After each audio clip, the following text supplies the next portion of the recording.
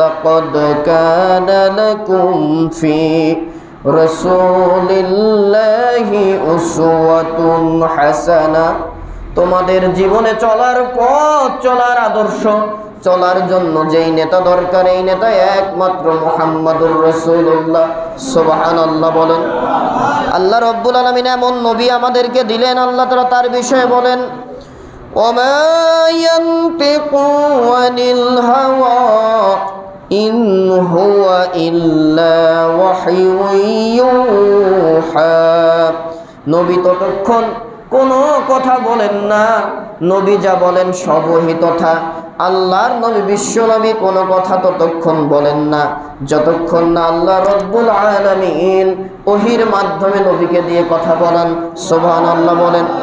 আল্লাহ রব্বুল আলামিন নবীর শানে বলেন, ওয়া রাফা'না লাকা যিকরাক। ও নবী, দুনিয়াতে আমি আল্লাহ তাআলা আমি আপনার সম্মানকে, খ্যাতিকে, যশকে আমি অনেক সমুন্নত করেছি। কত সমুন্নত আর কত উচ্চ করেছি। ওমা আরসালনাকা ইল্লা রাহমাতাল লিল আলামিন। ও নবী, আমার পরে আপনার স্থান আমি আল্লাহ তাআলা দান করেছি। আর একটু আস্তে কন। ঘুমাচ্ছেন, বালিশ দেবো নাকি ভাই? বালিশ দিলে ভালো হয় না? অনেকে মাথা নিচ করেন কেন? বলেছি জুম্মার মসজিদে এসে মাথা নিচ করবেন না, একবারে লুকমি আমার দিকে তাকাই থাকেন। আল্লাহ রব্বুল আলামিন রাসূলকে বলেন, আমি আপনার সম্মান সমুন্নত করেছি।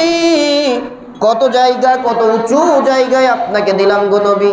ওমা আরসালনাকা ইল্লা রাহমাতাল লিল আলামিন। আমি আল্লাহ তাআলা যা সৃষ্টি করেছি, আমি আল্লাহ সব কিছুর খালেক, সৃষ্টিকর্তা, আর সকল মাখলুকের জন্য আপনি মুহাম্মাদুর রাসূলুল্লাহ রহমত স্বরূপ। সুবহানাল্লাহ। আল্লাহ তাআলা আরো বলেন, ওয়ালাল আখিরাতু খায়রুল লাকা মিনাল উলা। আল্লাহু আকবার। সূরা দোহার ভেতরে আল্লাহ তাআলা বলেন, নবী গো, দুনিয়াতে আপনাকে যা দিলাম আরো বেশি দেব, পরকালে রেখে দিলাম। সুবহানাল্লাহ। সম্মানিত উপস্থিতি, আমি অনেক আগে বলেছিলাম, আবারও বলি, আলোচনা প্রাসঙ্গিক আসার কারণে। বলেন তো, আমাদের নবীর টাইটেলটা কি? মুহাম্মাদুর রাসূলুল্লাহ টাইটেল কি? কি নামে বলা হয়? হাবিবুল্লাহ। রাসূলকে কি বলা হয়? হাবিব। অর্থ কি?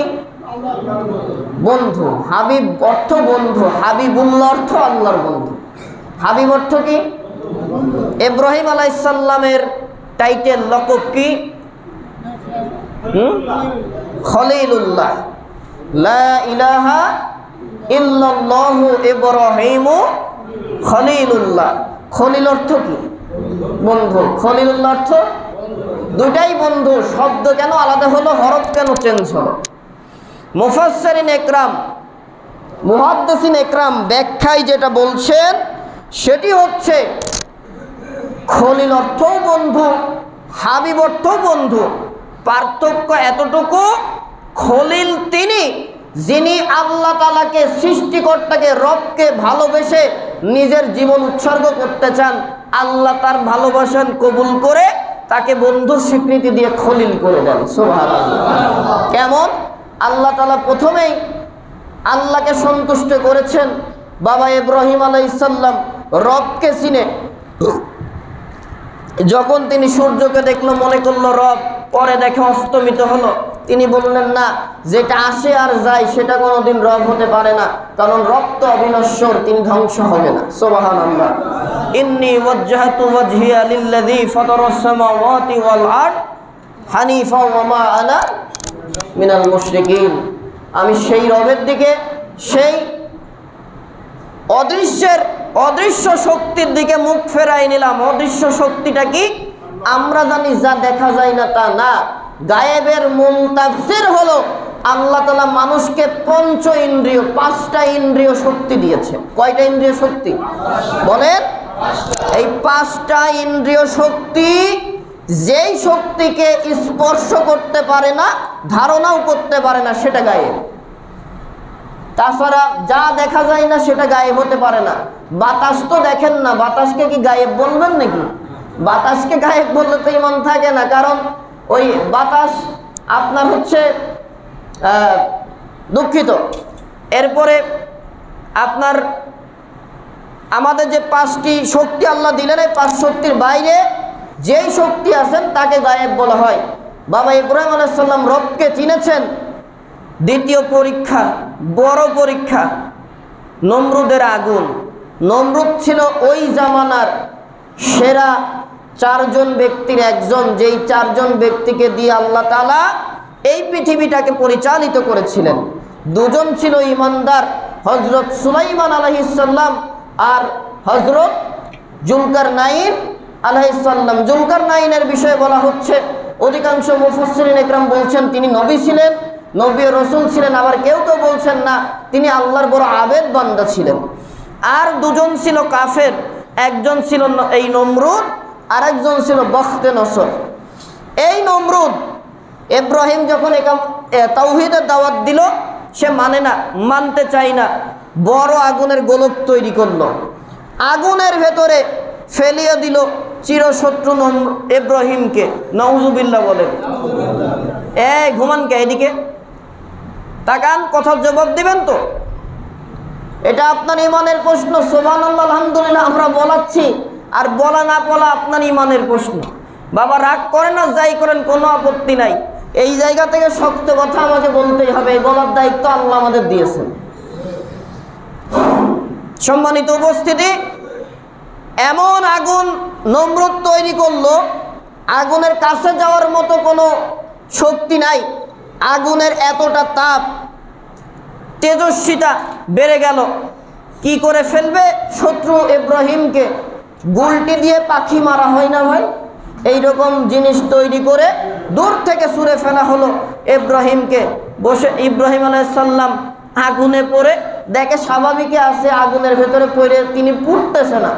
নমরুদ রাগের ক্ষোভে বলে ফেললো, কি রে আগুন, তোর কি পাওয়ার কমে গেল? তোর কি তাপ কমে গেল? তোর কি ইব্রাহিমকে পোড়ানোর শক্তি কমে গেল নাকি? আমি এত কষ্ট করে তোকে প্রজ্বলিত করলাম, আর তুই আমার শত্রু ইব্রাহিমকে পুড়িয়ে ছাই করিস না? আল্লাহ রব্বুল আলামিন আগুনের ভেতর থেকে জবাব দেয়ালেন। আগুন নমরুদকে উদ্দেশ্য করে বলে, ওরে নমরুদ, আমার তেজ আছে না নাই? তুই আয়, আর তোর সাম্রাজ্য সব আমি জ্বালিয়ে ছাই করে দেব। কিন্তু আমার ভেতরে যেই ব্যক্তিটাকে তুই ফেলেছিস, আল্লাহ তাআলার নির্দেশনা, কুলনা ইয়া নারু কুনি বারদাও ওয়া সালামুন আলা ইব্রাহিম, আমার ভেতরে যেই ব্যক্তিকে তুই ফেলেছিস তার একটা গায়ের পশমও আমি পুরাতে পারবো না, কারণ তিনি আল্লাহর বন্ধু ইব্রাহিম খলিলুল্লাহ। সুবহানাল্লাহ। ইব্রাহিম আলাইহিস সালামকে প্রশ্ন করা হয়েছিল, বাবা ইব্রাহিম, পৃথিবীতে প্রায় 100 বছরের উপরে আপনি বেঁচেছেন, কোন দিনটা কোন সময়টা আপনার কাছে বেশি ভালো লেগেছে?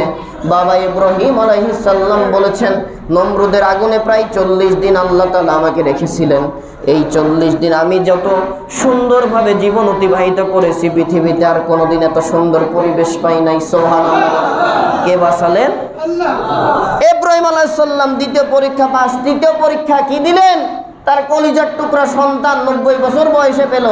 100 বছরের উপরে ছেলে যখন বাবার হাতের লাঠি, তখন তাকে কোরবানি করা, কোনো দ্বিধা না করে সেটাও কোরবানি করলেন।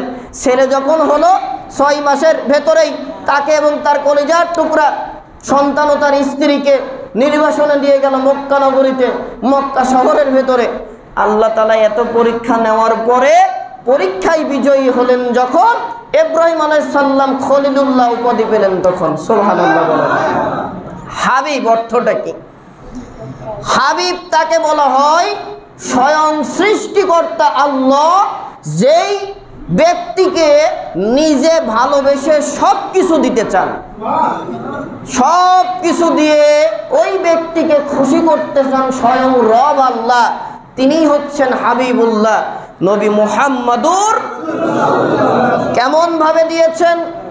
আল্লাহর নবী, বিশ্ব নবী না খেয়ে কষ্ট করে জীবন অতিবাহিত করে আল্লাহ তাআলা জিব্রাইলকে পাঠালেন, যাও জিব্রাইল যাও আমার বন্ধু মুহাম্মাদুর রাসূলুল্লাহকে যে বলো উহুদ পাহাড়কে স্বর্ণ করে দেব, টানা লাগবে না, পেছনে পেছনে যাবে, নবীর যা প্রয়োজন এই উহুদ পাহাড়ের স্বর্ণ বিক্রি করে নিজের চাহিদা মেটাবে, তাও যেন আমার নবী কখনো কোনো কষ্ট না করে। সুবহানাল্লাহ বলেন। আল্লাহর নবী বিশ্ব নবীর কাছে জিব্রাইল এই প্রস্তাব যখন দিলেন, আমরা হলে তো সেই প্রস্তাব গ্রহণ করে নিতাম। ক্ষমতায় যেতে পারি আর না পারি, খাস জমি যদি থাকে অন্য দলের দখলে, পাওয়ার যদি আমার আসে, ওর মাইরে হলেও খাস জমি যার মালিকানা নাই তার নিজের নামে করি নাই। বেশি বললাম আর কি, তাই না ভাই? নাকি এই কাজ করেন আপনারা? তো জবাব দিলেন না কে? চুপ থাকা তো সম্মতির লক্ষণ হয়ে যায়। এই কাজ করে না ভাই? খাস জমি তার মানে সরকারি জমি, নকল কাগজপত্র করে নিজের নামে নিয়ে নেয়। আল্লাহর ওলি, জান্নাতের ফেরেশতা সব। সম্মানিত উপস্থিতি, নবী মুহাম্মদুর রাসূলুল্লাহকে যখন জিবরাইল আলাইহিস সালাম এই প্রস্তাব দিল, ইয়া রাসূলুল্লাহ আপনি কষ্ট করে চলেন, আর কষ্ট করবেন না, আল্লাহ তাআলা অফার দিয়েছেন। কি অফার? নবীজি গো, উহুদ পাহাড়কে আল্লাহ তাআলা স্বর্ণ বানায়া দেবে, স্বর্ণের পাহাড় হবে, টানা লাগবে না, লোক লাগবে না। আপনি যেখানেই যাবেন আপনার পেছনে পেছনে এই পাহাড়ও যেতে থাকবে, প্রয়োজন যা লাগে বিক্রি করে তাও আপনি কষ্ট করবেন না। আল্লাহর নবী বিশ্ব নবী মুহাম্মদুর রাসূলুল্লাহ এমন একজন বিশ্ব জগতের নেতা, এমন মানবতার পরম বন্ধু নেতা, একমাত্র আদর্শিক নেতা। তিনি বললেন, ও ভাই জিব্রাইল, আমি তো নেয়ামত পাবো, বলো এই উহুদ পাহাড় যে স্বর্ণ হবে আর আমি নবী তা ব্যবহার করব, আমার উম্মতেরা কি এই স্বর্ণের ব্যবহারের সুযোগ পাবে নাকি? আমার কথা বুঝেন নাই? আমি তো আমার বানানো কোনো ঘটনা বলতেছি আর কি, নাকি ভাই? সিরাতের গ্রন্থগুলা পড়বেন, ঘটনাগুলা পেয়ে যাবেন। আল্লাহর নবী বললেন, জিব্রাইল আমি যে উহুদ পাহাড়ের স্বর্ণের পাহাড় পেলাম, এটা আমার উম্মতেরা পাবে কিনা? সুবহানাল্লাহি ওয়া বিহামদিহি। আল্লাহর রাসূলকে বলেন জিব্রাইল, ইয়া রাসূলুল্লাহ এটা আপনার জন্য খাস, উম্মতের জন্য না। আল্লাহর রাসূল বলেন, যেটা আমার উম্মত পাবে না আমি সেটা নেব না।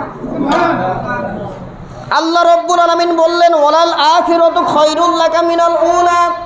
ও নবী, আপনাকে আমি আল্লাহ দেব ততক্ষণ যতক্ষণ না আপনি আমার প্রতি সন্তুষ্ট হবেন। সুবহানাল্লাহ।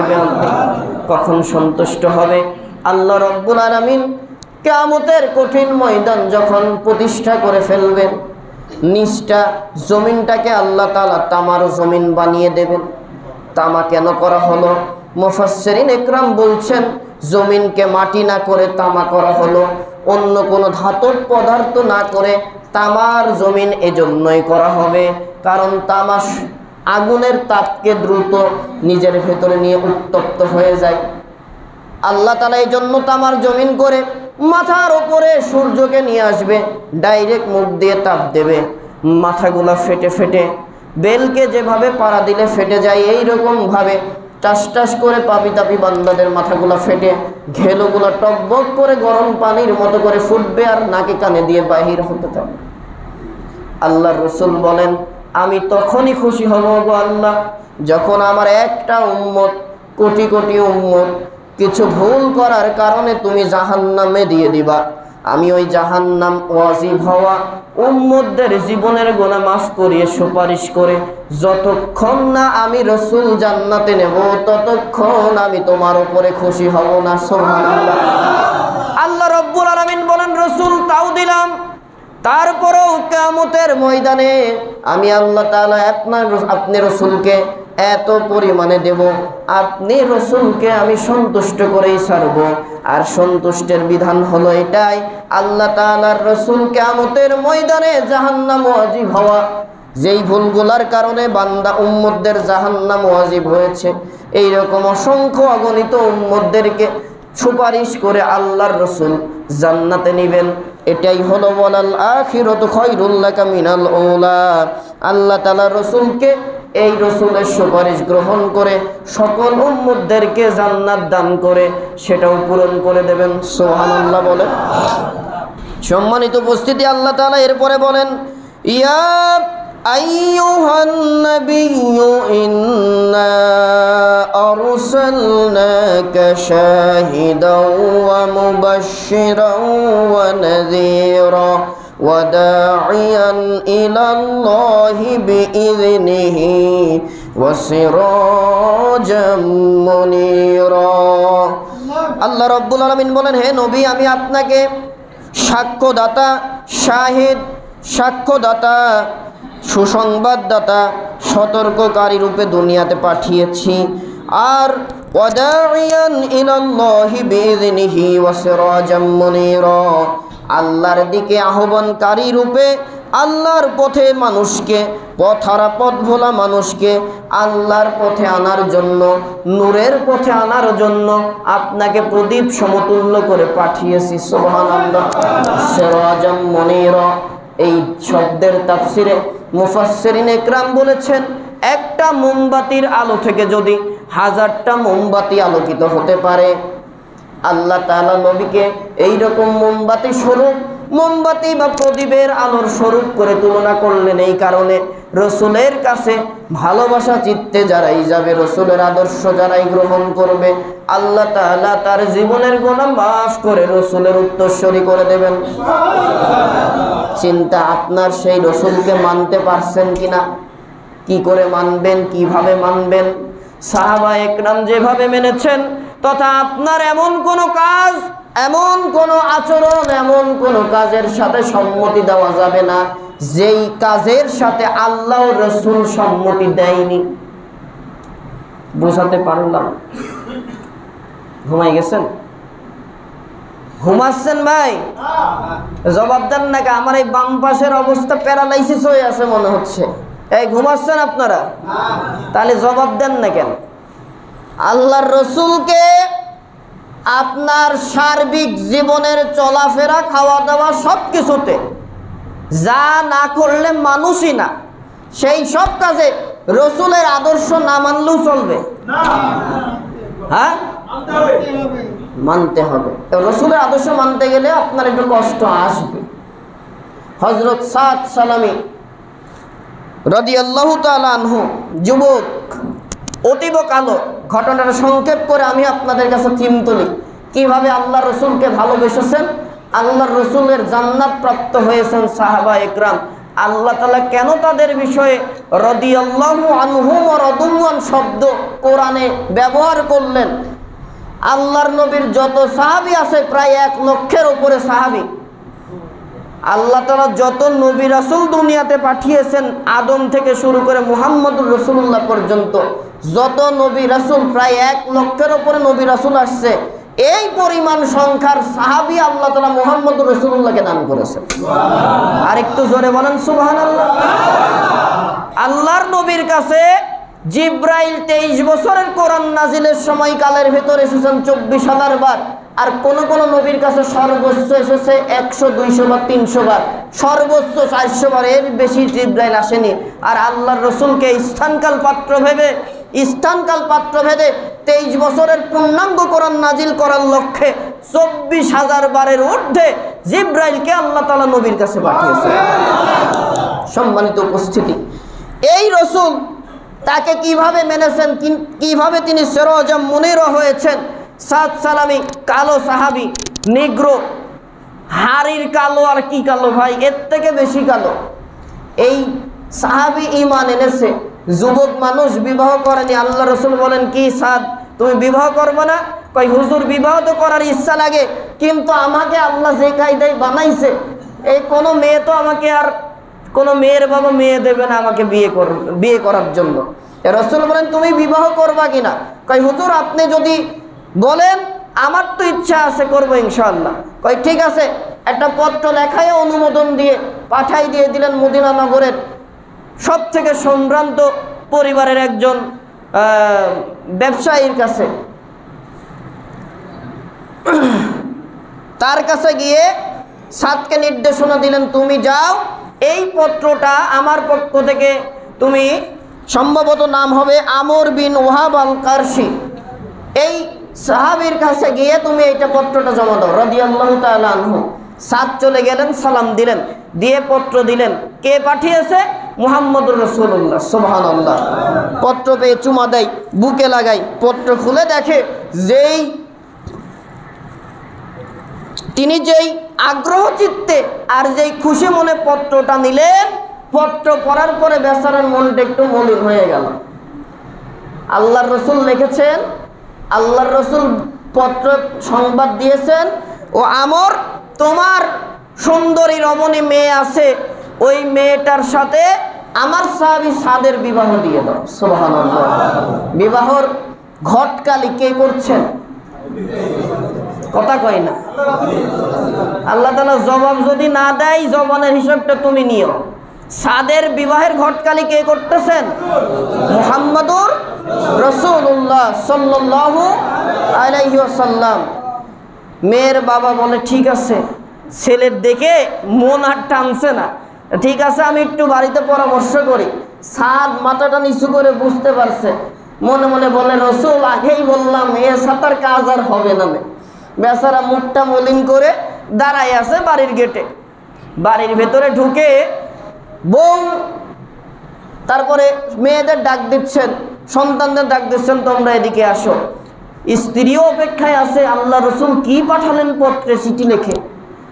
কয় যে আল্লাহ রসুল যা দিয়েছেন শুনে তো মনটা মানা যায় না।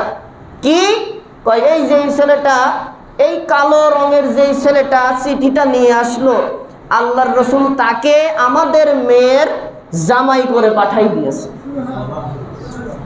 মাও এত মানতে চায় না বা মানতে পারে না। যার বিবাহ দেখবেন, বিবাহের বয়স আসলে ছেলে মেয়ে বা নতুন কোনো মানুষ বিবাহ কেন্দ্রিক আসলে উকি ঝুঁকি মারে, মারে না ভাই? আমরের মেয়ে দূর থেকে, পাশের রুম থেকে, পর্দার আড়াল থেকে মা বাবার কথা শুনে দৌড় মেরে চলে আসছে, এসে বলে, বাবা আল্লাহ রসুল কি বলেছেন চিঠিতে? আপনি এত খুশি মনে নিলেন, চিঠি পড়ে মনটা মলিন হয়ে গেল কেন?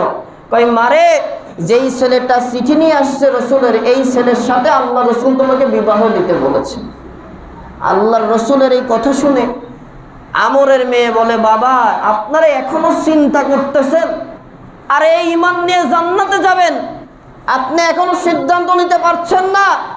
আপনাকে চিঠি পাঠিয়েছে কে? আমার বিবাহের ঘটকালিতে কে কাজ করছেন? মুহাম্মদুর রাসূলুল্লাহ। ওরে বাবা, আল্লাহর রসুল তিনি আমার বিবাহের জন্য যাকে পাঠিয়েছেন সে শুধু কালো না, ল্যাংরা, নোলা, যাই হোক আপত্তি নাই। আমার তো সৌভাগ্য, আমার রসুল, আমার নেতা আমার জন্য লোক পাঠিয়েছেন। আপনাদের ওপরে আল্লাহর গজব এসে ধ্বংস হন না, এটা আপনাদের কপাল। আনুগত্যটা কোথায়? আজকে আপনি নামাজে রসুলের আনুগত্য মানতে পারলেন, রাজপথে রসুলের আদর্শ মানতে পারলেন না। চিন্তা করেন সাহাবা একরাম কতটা স্যাক্রিফাইস করেছে বিবাহের জন্য। যদি ছেলে মেয়ে বা মেয়ে ছেলের একটু অপছন্দই বিবাহ করে না, আর কতটা ইমানদার তাদের ইমানটা ছিল, বাবা ছেলে যাই হোক রসুল পাঠিয়েছেন আমি রাজি, সুবহানাল্লাহ বলেন। ঠিক আছে, এইবার দরজা খুলে দেখে যে অনেকক্ষণ হয়ে যাচ্ছে, সাদ মোটামুটি নিশ্চিত বিবাহ আর হবে না। উনি ফেরা শুরু করেছেন, ডাক দেয়, এই সাদ এদিকে এসো। না আমার মেয়ে রাজি, তোমার সাথে বিবাহ দেবো, তো দেনমোহর আছে তো? কয় যে না, আমার তো নিজেই চলতে পারি না, আসহাবে সুফার অধিবাসী, আমি টাকা পাবো কোথায়? মেয়ে বলে, বাবা রসুল যেহেতু পাঠিয়েছেন, আপনার টাকা পয়সার অভাব নাই, আপনার সম্পদ থেকে দেনমোহরের টাকা দিয়ে দেন। দিয়ে দেওয়া হলো। বিবাহের বাজার করতেও টাকা দিলেন। এইবার তিনি চলে গেলেন মদিনার বাজারে বিবাহের বাজার করতে। এমত অবস্থায় হঠাৎ করে জেহাদের ডাক চলে আসছে। বাজারে শোনেন, বাজারে যেতেই সাদ সালামী রাদিয়াল্লাহু তাআলা আনহু শুনতে পাই, আওলা কেসে বাউলা বেশে কে যেন ডাক দেয়, আল জিহাদ। ও সাহাবীরা, তোমরা কি শুনেছো আল্লাহর রসুল উহুদের যুদ্ধে রওনা হয়েছেন যুদ্ধ করতে? বলেন রসুলের প্রতি ঈমান এনে যারা শরীরের মাংসকে দূরে রাখলো, যারা আহত হলো, যারা উলঙ্গ হয়ে ঈমানের জন্য উলঙ্গ হয়ে কাপড় ছেড়ে আসলো, তাদেরকে কি রসুল জিহাদে গেল আর তারা বিবাহের ময়দানে থাকে? কথা কইলেন না, থাকে ভাই? সাদ সালামী যখনই দেখেছেন রসুলের জিহাদের ঘোষণা, উহুদের যুদ্ধের দামামা বেজে গেছে, তিনি বিবাহের সব টাকা দিয়ে যুদ্ধের অস্ত্র কিনলেন, কিনে নিয়ে এবার চললেন যুদ্ধের ময়দানে। উহুদের যুদ্ধ ছিল মুসলমানদের সাময়িক পরাজয়ের যুদ্ধ। এই যুদ্ধে ৭০ জন সাহাবী হাফেজে কোরআন শহীদ হয়েছিলেন, তার ভেতরে ছিল হযরত সাদ সালামী রাদিয়াল্লাহু তাআলা আনহু। তিনি যখন শহীদ হয়ে গেলেন, আল্লাহর রসুল এই যুদ্ধে মর্মান্তিক আহত হলো, রসুলের দান মোবারক শহীদ হয়ে গেল, লোহার যেই হেলমেট ছিল হেলমেটটা মাথার ভেতরে ঢুকে গেল। আল্লাহর রসুল যুদ্ধ শেষে নির্দেশ দিলেন, ও আমার সাহাবীরা, আমার যত শহীদ সাহাবী হয়েছে তাদের লাশগুলোকে একত্রিত করো, আমি রসুল তাদের জানাজা দেব, আমি রসুল তাদের দাফন করব। লাশগুলোর অবস্থা বর্ণনা করা হচ্ছে, কারো হাত কাটা, কারো পা কাটা, টুকরা টুকরা হয়ে আছে। এর ভেতরে হঠাৎ দেখা যায় সংবাদ আসলো রসুলের কাছে, ইয়া রাসূলুল্লাহ, যে ৭০ জন হাফেজে কোরআন শহীদ হয়েছে, ৭০ জন আপনার ইমানদার সাহাবী শহীদ হয়েছে, এর ভেতরে আপনি যেই ছেলেটাকে, যেই সাহাবীকে বিবাহের জন্য পাঠালেন হুজুর, বিবাহ করার হয়তো সুযোগ হয়নি, সেই সাদ সালামিও আপনার এই যুদ্ধে শরীক হয়ে অংশগ্রহণ করে তিনিও জীবনের মায়া ত্যাগ করেছেন। আল্লাহর রাসূল দরদর করে পানি ছাড়েন আর বলেন, আমার সাদ সালামির যেভাবে মারা গেছেন ওভাবেই সেই সময় নিয়ত ছিল জিহাদের ময়দানে যারা শহীদ হতেন তাদের গোসল কাফন দেওয়া হতো না। কারণ আল্লাহর রাসূল বলেন, কিয়ামতের ময়দানে আমি আমার শরীরে তায়েফদের পাথরের আঘাতের দাগগুলো নিয়ে উঠবো, আমার ইমানদার যারা শহীদ হয়েছে ইসলাম প্রতিষ্ঠার জন্য তাদেরকেও নিয়ে উঠবো, হাত কাটা, পা কাটা, গলা কাটা অবস্থায়, শরীর টুকরা টুকরা অবস্থায়, আমার চাচা আমির হামজার ৮০ টুকরা বডি নিয়ে আমি আল্লাহর সামনে উঠে দাঁড়াবো। এর বিনিময়ে লক্ষ কোটি ইমানদার, লক্ষ কোটি ইমানদার উম্মতদের নাজাতের ফায়সালা আমি আর রাসূল করে নেব। সাদ সালামীকে দাফন করা হলো। দাফনের সময় জানাজা করে দাফন যখন করার সময় আল্লাহর রাসূল মুস্কি হাসি দিলেন। সাহাবা একরাম জিজ্ঞাসা করলেন, ইয়া রাসূলুল্লাহ, কেন হাসেন? কয় যে রাসূল বলেন, ও আমার সাহাবীরা, দুনিয়ায় আমার সাদ বিবাহ করার সুযোগ পায়নি, তাকে কেউ কোনো মেয়ে দেয়নি, আল্লাহ তাআলা সাদের প্রতি এতটাই খুশি হয়ে গেছে, তাকে কবরে রাখতে দেরি আমি দেখি আমার আল্লাহ তাআলা আমাকে সংবাদ দিলেন আমার সাদের জন্য জান্নাতের হুর পাঠিয়ে দিয়েছেন। সম্মানিত উপস্থিতি, আল্লাহর রসুলের ইত্তেবা সেভাবেই হয়, নিজের জীবনটাকে একদিকে রাখেন, রসুলকে একদিকে রাখেন। আল্লাহর রসুলের আদর্শ বাস্তবায়নের জন্য আপনার জীবনের সকল ক্ষেত্রে যেন যদি নবীকে নিতে না পারেন, আপনার কোনো ইবাদত কোনো কাজে আসবে না। হযরত ওমর ফারুক রাদিয়াল্লাহু তাআলা আনহুকে নামাজের ভেতরে শহীদ করে ফেলা হলো, ছুরিকাঘাতে শহীদ করা হলো। এমন জায়গায় কাফের ছুরি মারলো, পানি যা দেওয়া হয় ওইখান থেকে বের হয়ে যায়, কাজ হয় না। আব্দুল্লাহ ঘোষণা দিলেন, মসজিদে নববীর দরজা বন্ধ করে দেওয়া হোক, আমার বাবা ওমরকে যে মেরেছে আমি তার প্রতিশোধ নেব।